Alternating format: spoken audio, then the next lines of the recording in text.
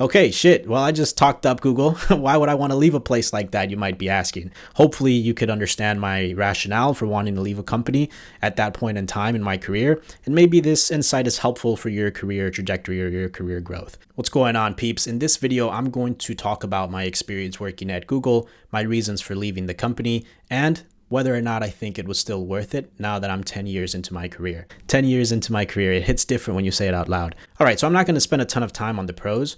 I'm going to focus more on the cons of my experience working there and my reasons for leaving. I think at this point, it's well documented that Google is a great company. It offers a ton of perks and incentives to its employees, and it also pays them very well. But what I do want to mention about, Google is that the biggest thing, the real thing that it provides, it's not the surface level perks. The real thing that all of those perks provide is psychological safety to its employees. And that's one thing that I think a lot of companies really haven't fully appreciated. And it's something that I think more companies should implement or strive to implement for their employees.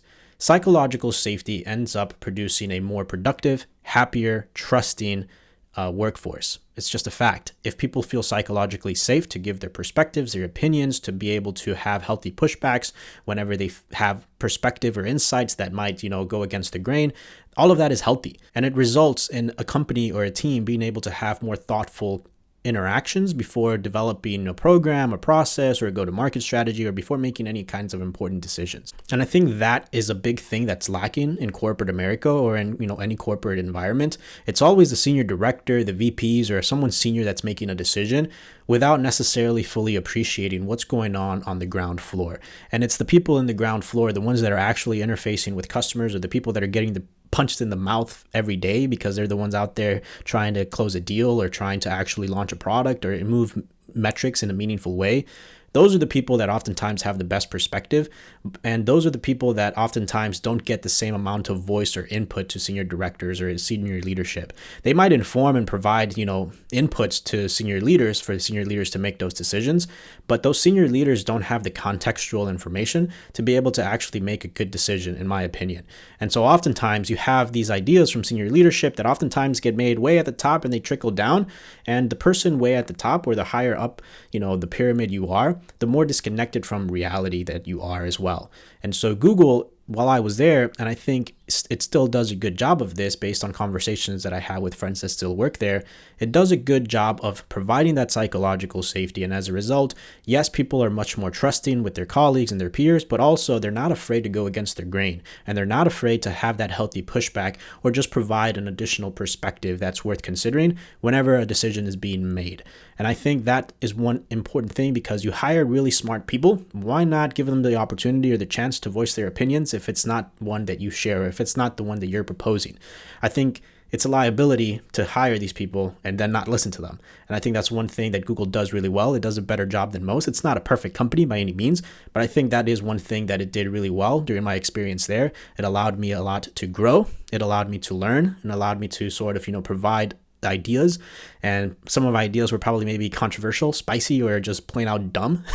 But I think having that kind of an environment is extremely important for any team, and it just produces a healthier team dynamic, and overall it just produces better outcomes. Okay, shit. Well, I just talked up Google. Why would I want to leave a place like that, you might be asking? Hopefully you could understand my rationale for wanting to leave a company at that point in time in my career, and maybe this insight is helpful for your career trajectory or your career growth. So my main observation working at a place like Google, obviously everything that I said before, but I also realized that the longer that people stayed at Google, the tighter the golden handcuffs tightened around their wrists. If you don't know what golden handcuffs are, it's a concept that I think was coined maybe in the 70s or so, and it basically describes all of the perks and incentives, financial and other, that are provided to high-performing employees to encourage them to stay at the company. And so, yes, I was performing really well, but I had golden handcuffs. And because of that, I didn't want to leave the company. All of these different perks, the psychological safety, the extremely fulfilling work environment, the opportunity to work on cool projects was really attractive. And it was forcing me to want to sort of stay at Google. And you might think that's not a bad thing. It's not in isolation, but for me at the time, I considered it and I factored it in with something else. And that was that Google was a big company at that point, and it's an even bigger company now. Its brand reputation and recognition is huge, and the quality of its products are more or less good. Maybe they're not the best in every single category, but you can expect that you're going to get a pretty quality product from Google if you decide to buy something from them. And at the time, I was working on the enterprise sales team. Now it's been rebranded to Google Cloud, but basically I was on the sales team selling SaaS products to small, medium, and large size companies in Latin America. And we were going through a period of hypergrowth, which was really exciting to experience.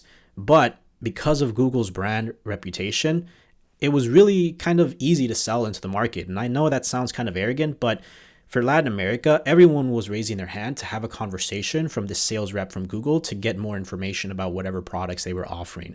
And our products were priced well for the United States. They were priced pretty affordable and cheap, but due to the conversion difference, due to the currency difference in Latin America, these products, the prices for these products was kind of high.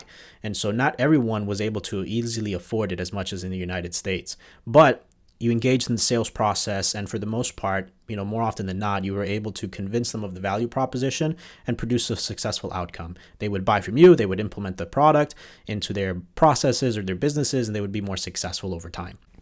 And you might say, well, why would you leave if your job was easy? Where my head was at the time was, I'm too early in my career to get this complacent or this comfortable, and I'm not necessarily learning the right skill sets to set me up for success long term.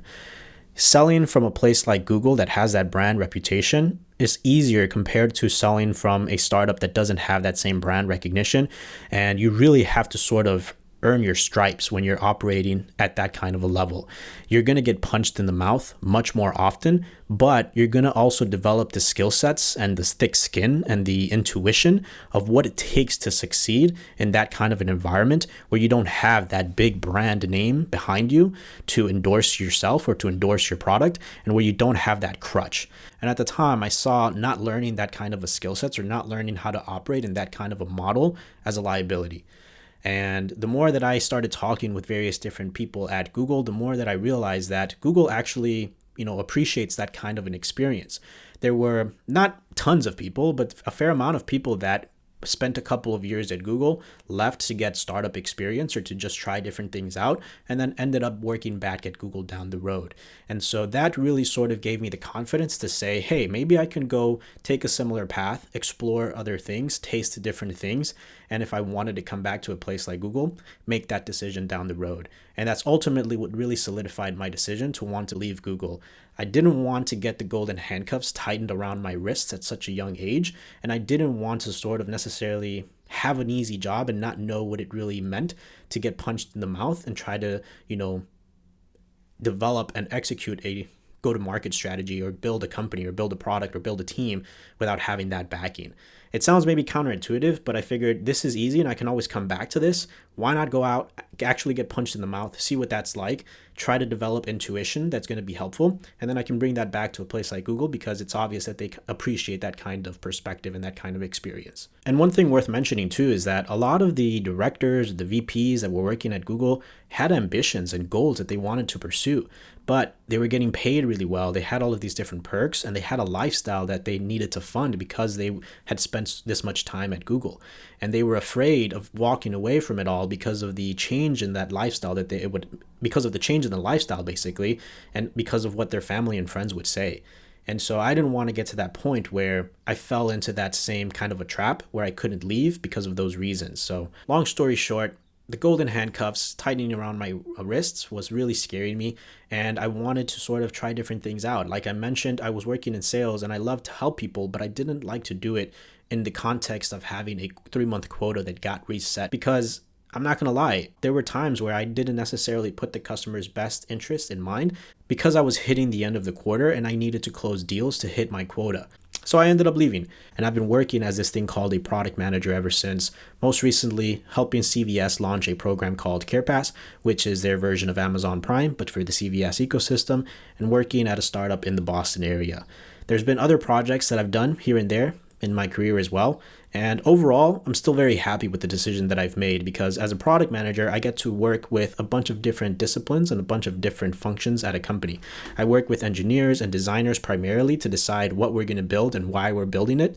And I also work with internal stakeholders, sales, marketing, and external stakeholders as well, like customers, to be able to define the strategy behind a product that we're developing.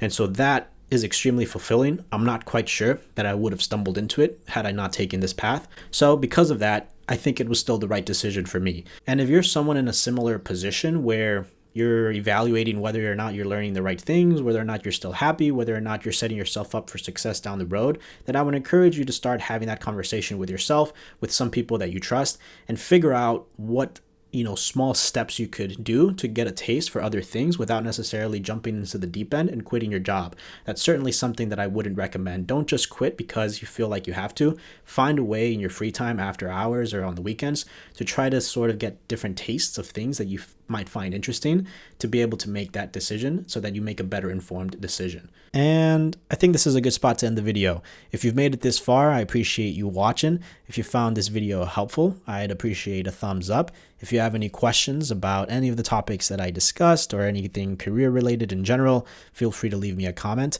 and I'll see you guys in the next video. Thanks, crew. Take care.